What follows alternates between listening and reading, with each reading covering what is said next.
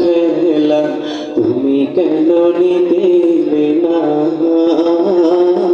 তুমি কেন নিতে না। যখন রাত্রি হলো ডুবলো বেলা তুমি কেন নেই পাশে মা, তুমি কেন নেই পাশে মা। সকাল হলে সবার আগে উঠাও ডেকে যাও নামাজে, এখন কেন আগের মতো মধুর শিশুর শুনি না।